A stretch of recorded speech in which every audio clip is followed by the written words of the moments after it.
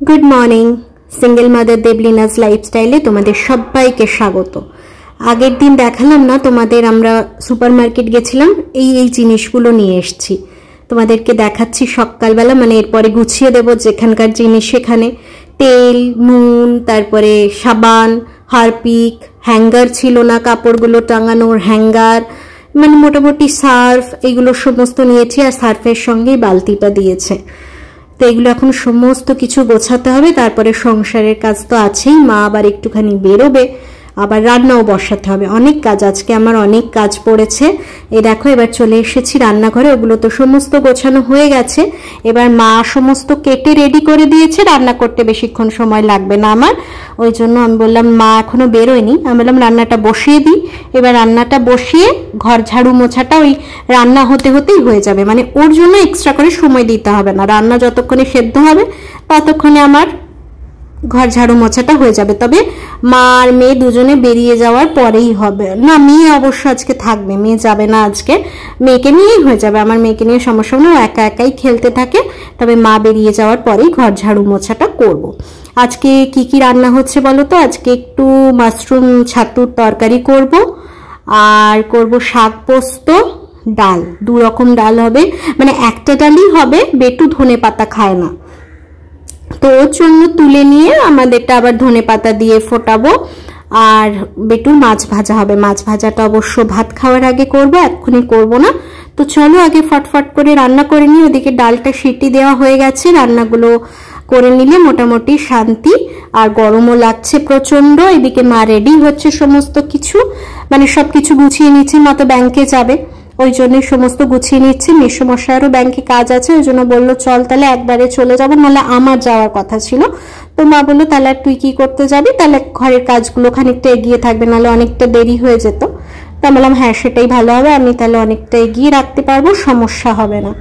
তো মোটামুটি দিনগুলো না ভালোই কাটছে জানো তো রান্না বান্না ঘরের কাজ ঘোরা ফেরা সবকিছু মিলিয়ে মানে কোনোটাই যে একটা জিনিসে বন্দী হয়ে আছি সেটা না সবকিছু জীবনে আছে রান্না বান্না আছে মেয়ের সঙ্গে খুনসুটি আছে বাইরে ঘুরতে যাওয়া আছে সবকিছু আছে তো দিনগুলো মোটামুটি ভালোই কাটছে তবে পুজোটা কেমন কাটবে এখনো জানি না কারণ যেটা আশা করি সেগুলো তো কিছুই হয় না এজন্য আশা করি না দেখা যাক কেমন কাটে আর যেরকম কাটবে তোমাদের সঙ্গে তো অবশ্যই শেয়ার করব। মেয়ের মোটামুটি অনেকগুলো জামা হয়ে গেছে প্রায় 10টা জামা ওর হয়ে গেছে ও তো খুব খুশি যত পুজোটা এগিয়ে আসছে না ভীষণ মনটা খারাপ হচ্ছে গো সুমনের জন্য। সেদিন সিটি স্টাইলে গেছিলাম ছেলেদের সেকশনে যখন ঢুকেছি চারিদিকে সুমনের জামা শার্ট এগুলো দেখছি গেঞ্জি এগুলো দেখছি তো ভীষণ কষ্ট হচ্ছে মানে এরকম কোনোদিন হয়নি আমি বাজারে গেছি সুমন থাকাকালীন আমার জন্য কিচ্ছু কিনিনি কিন্তু আমি সুমনের জন্য কিছু না কিছু কিনে এনেছি। লাস্টও যেবার এসছিলাম আমি হোলির সময় এখানে তো আমি বাজারে গিয়ে সুমনের জন্য অফিস যাবে ওই জন্য একটা শার্ট আমি কিনে নিয়ে গেছিলাম তো সেজন্য সবাই কিনছে কিন্তু আমি কিছু কিনতে পারছি না আমার পছন্দ হচ্ছে ভেতরে যে কি কষ্ট হচ্ছিল আমি মানে কাউকে বলতেও চাইছিলাম না আবার আটকেও রাখতে পারছিলাম না লাস্টে মাকে বলেই ফেললাম মা আমার না ভীষণ কষ্ট হচ্ছে চারিদিকে জামাগুলো দেখে শুধু মনে হচ্ছে আর সুমন থাকলে ওর জন্য আমিও শপিং করতাম ওর জন্য পছন্দ করতাম আর ও আমার পছন্দে পড়তো ও যে নিজে ও মানে যাই কিনতো দেখো তুমি আগে আমাকে দেখাবে ও নিজে পছন্দ করতো কিন্তু আগে আমাকে দেখাবে। আর এই দেখো আমার মেয়ে রান্নাঘরে চলে এসেছে কুটকুট করতে একা আছে তো তা আসুক অসুবিধা হবে না। তো চলো যেটা বলছিলাম তো ভীষণ মনটা যত দিন যাচ্ছে খারাপ হচ্ছে কিন্তু কিছু করার নেই এটাকেই ওভারকাম করতে হচ্ছে ভেতরে চেপে চেপেই আবার আনন্দে ফিরে যেতে হচ্ছে। দেখো আমার মেয়ে এখানে একটা পুতুল কিনে দিয়েছিলাম বললাম না সেই পুতুলটা নিয়ে খেলছে ওকে জল খাওয়াচ্ছে আর মা এদিকে রেডি হয়ে গেছে হ্যাঁ মা চুড়িদার পরেছে এখানে আমি মাকে বলেছি পরতে কারণ শাড়ি পরে না খুব অসুবিধে হয় মানে পায়ে ছেটে যায় মা তখন পারে না খুব স্বাভাবিকভাবে সবকিছু করতে বললাম এটা পরো কলকাতার রাস্তায় বাসে টোটোয় ফটফট করে উঠতে বা রাস্তা পারাপার হতে খুব অসুবিধে হয় বললাম এরকম টুকটাক যখন কাজে যাবে পরবে বাজার হাট যাওয়া সবকিছুই তো মাকে করতে হয় তো ওই জন্য পড়েছে আমি বলেছি না তুমি পড়ো তো মা বেরিয়ে গেছে বেটুকে ওই ঘরে ফ্যান চালিয়ে রেখে এসছি ও ঘরটা আমার ঝাড়ু দেওয়া হয়ে গেছে শুধু এই ডাইনিংটুকু দিলেই হবে আর এদিকে রান্নাও চলছে। তো ওই জন্য আমি বললাম বেটু তুমি এখানে খেলো, আমি তোমাকে এরপরে স্নান করাবো, আমি ততক্ষণে ঘরটা ঝাড়ু নিয়ে নিই। আমার মেয়ে বললো হ্যাঁ ঠিক আছে। তো এই দেখো ঘরটা ঝাড়ু দিলেই মোটামুটি হয়ে যাবে। এরপরে ওকে স্নান করাবো, তারপরে ঘরটা মুছবো। ওকে স্নান করিয়ে আবার খাটে তুলে দেবো, কারণ টাইলসের ঘর, ভিজের মধ্যে পা পড়লে দেখতে হবে না, একদম কুপো কাত পুজোর আগে। তো ওকে খাটে বসিয়ে দিয়ে তারপর আমি ঘরটা মুছবো। আর এখানে এত ধুলো কোথা থেকে আসে আমি জানি না, গাড়ি ঘোড়া বেশি চলে না, শান্তশিষ্ট পরিবেশ, কিন্তু এত ধুলো হয় তোমাদেরকে আমি বলে বোঝাতে পারবো না। মানে প্রচুর ধুলো হয়, সকালে একবার বিকেলে একবারে ঝাড়ু দাও না তাও দেখবে প্রচুর ধুলো হয়। তো কথা বলতে বলতে অনেকগুলো কাজই হয়ে গেল, মোটামুটি প্রায় সব কাজই হয়ে গেল, রান্নাও প্রায় শেষের পথে করিনি। তারপরে তো তোমাদেরকে দেখাবোই যে আজকে কি কি রান্না করলাম। আর ওদিকে দিদাদের ঘরে কি রান্না হচ্ছে জানি না, আসলেই জানতে পারবো, তোমাদেরকে যখন জানতে পারবো তোমাদেরকে জানাবো। তো এইভাবে এখন কতদিন একটুখানি ভালো মন্দ ভাবে কাটিয়ে নিই দিনগুলো। আবার তো তারপরে পুজো চলে গেলেই গতানুগতিক ভাবে দিন কাটবে। পুজো যে খুব স্পেশাল কিছু নয়, কারণ কোথাও সেভাবে বেরোই না, ভালো লাগে না।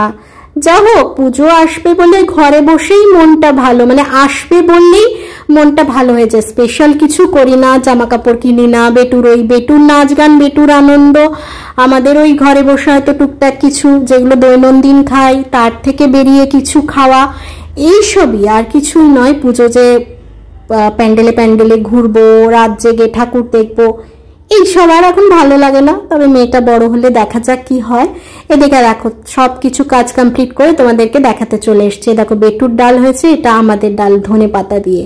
আর ও ধনে পাতা খায় না বললাম, ওর গন্ধটা একদম পছন্দ করে না, তো এই জন্য ওটা দিইনি, ওটা তুলে নিয়েছি। আর এই যে আমার স্পেশাল ছাতুর তরকারি, বেশ কষা কষা করে করলে না ভালো লাগে, তবে আমি খুব একটা বেশি তেল দিইনি। আর এই লালটা দেখছো, এটা লাল লঙ্কার গুঁড়ো, শুকনো লঙ্কার গুঁড়ো নয়। তো আমি কাঁচা লঙ্কা দিয়েই করেছি, রংটা যাতে লাল হয় তাই দিয়েছি। আর এখানে হচ্ছে ছাতু বলছি শাকের তরকারি, মানে শাক পোস্ত। আর এখানে বেটুর মাছটা নুন হলুদ মাখিয়ে রেখেছি, তোমার ভাজবো। আর এদিকে দেখো আমার স্নানও হয়ে গেছে, স্নান করে শ্যাম্পু করে এসে বসেছি। এরপরে যাব বেটুকে খাওয়াতে, তারপরে করব নিজেরা খাওয়া দাওয়া। মা এসে গেছে চিন্তার কারণে, এবার মা স্নান টান করবে। তো চলো খেয়ে দিয়ে নিই, তারপরে একেবারে আসবো।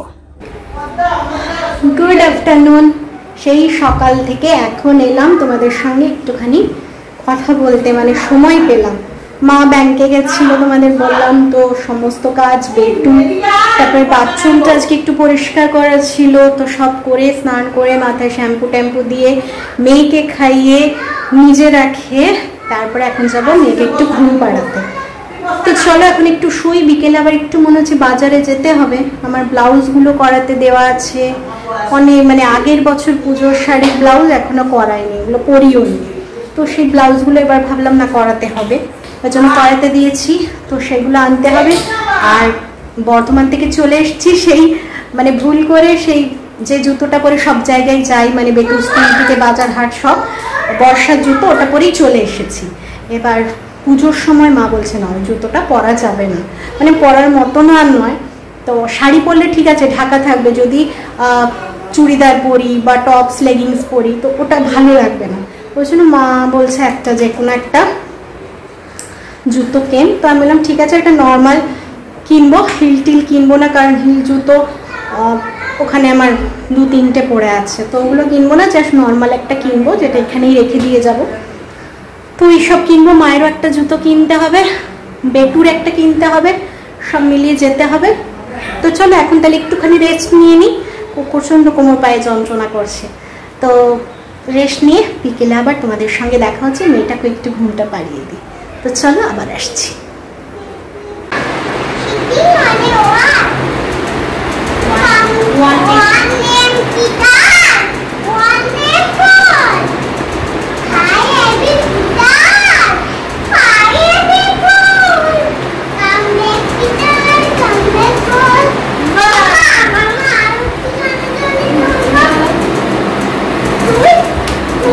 হ্যাঁ বলো, আমি বলো।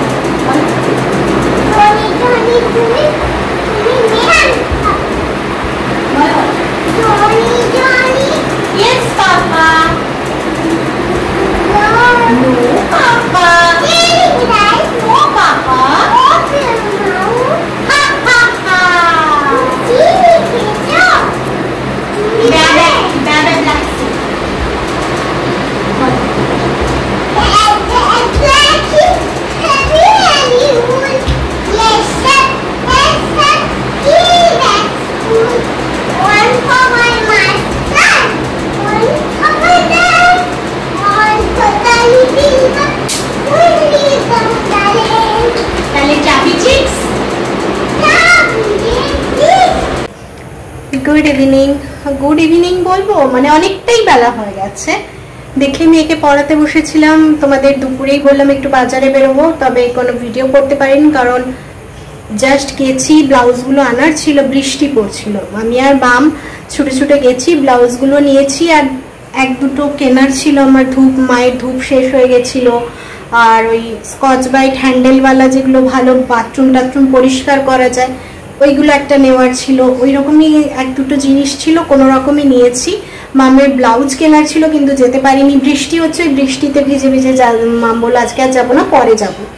আমাদের জুতো নেওয়ার ছিল, সেটাও নিতে যাইনি, পরে আবার যেতে হবে একদিন। তো এই করে তাড়াতাড়ি এলাম, এসে একটু চা খেলাম, চা খেয়ে মেয়ে দুধ খেলো, তারপরে ওই মেয়েকে নিয়ে একটু পড়াতে বসেছিলাম। এসছি কিন্তু পড়াশুনোর অভ্যেসটা যদি চলে যায় না, সব কিছু ভুলে যাবে। ওই জন্য একটুখানি খেলার ছলে নেচে নেচে যেটুকু ওকে পড়ানো যায়, তো ওই রকমই একটু ওর সঙ্গে খেলে খেলে রাইমসগুলো নেচে নেচে বলি, বাকি সব এরকম খেলে খেলেই করি মোটামুটি। তো এবার ওকে পড়ানোটা হয়ে গেল। আমিও একটু সন্ধেবেলা আমি যখন বাজারে গেছিলাম, একবার মামদের ওখানে গেছিল, দিয়ে মাকে বললাম আমি তো বাজার থেকে চলে এসেছি, তখন আনিনি। দিয়ে এসে চাটা খেয়ে মা গেল ওকে আনতে, তখন আমি আবার একটা রিলস বানালাম ফেসবুকের জন্য, দিয়ে সেটা পোস্ট করলাম, দিয়ে ওকে পড়াতে বসেছিলাম। তো এখন চলো, এখন একটুখানি ফোনটা দেখে আমার টাইম আছে, কারণ তোমার বেটুর এখনো খাওয়ার সময় হয়নি। মায়ের রুটি হয়ে গেছে, আমি একটু আটা মেখে দিলাম, মা রুটিটা করে নিয়েছে আমি পড়াচ্ছিলাম যখন। আর সকালে তো তরকারি আছে, মাম দিয়েছিল পনির বানিয়েছিল আজকে। ভাতে অতটা পনির আমার ভালো লাগে না, ওই জন্য মাকে বলছে রেখে দাও, ওটা রুটি দিয়ে খাবো। বাকি আসতো তোমাদের কি রান্না হয়েছিল দেখেছিলাম, ওই বাড়ি থেকে এসেছিল তোমার ফুলকপির তরকারি, আলু সেদ্ধ আর পনিরের তরকারি।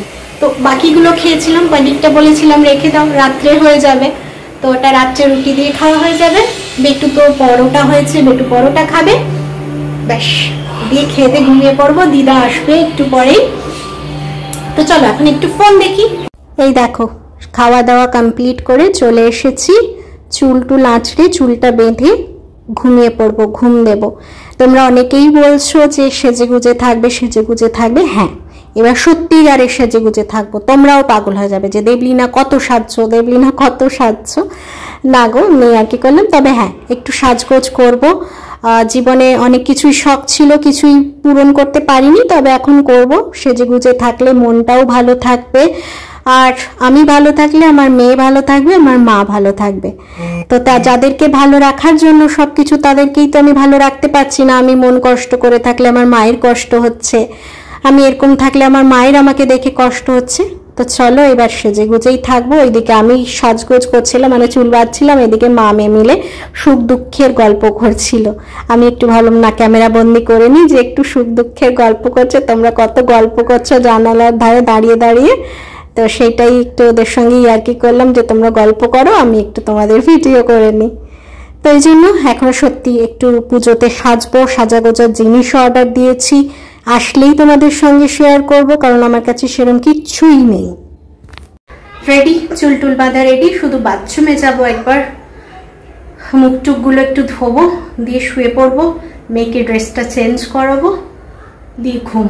আজকে আবার বিদ্যুৎ চমকাচ্ছে, হয়তো বৃষ্টি তখন তো হচ্ছে বললাম, এখনো হবে হয়তো। বাইরে খুব ঠান্ডা ঠান্ডা হাওয়া দিচ্ছে, আজকে হয়তো এতটা গরম লাগবে না। এই দুটো দিন এত গরম লেগেছে, রাত্রিবেলা ঘুমোতে পারছিলাম না। এই ঘরটায় 4 জনে শুচ্ছিলাম, তো মানে দম বন্ধ হয়ে আসছিল গরমে।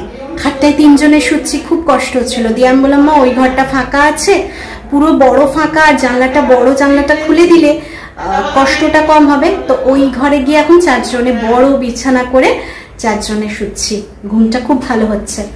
তো চলো আজকের মতো ভিডিওটা এখানেই শেষ করছি। যদি ভালো লাগে তাহলে অবশ্যই একটা লাইক কমেন্ট শেয়ার করো, পাশে থেকো। যারা নতুন দেখছো প্লিজ সাবস্ক্রাইব করে পাশে থেকো। তো চলো টাটা, আবার পরের দিন নতুন কোনো ভিডিও নিয়ে অবশ্যই তোমাদের সামনে আসছি। গুড নাইট, সবাই ভালো থেকো, সুস্থ থেকো।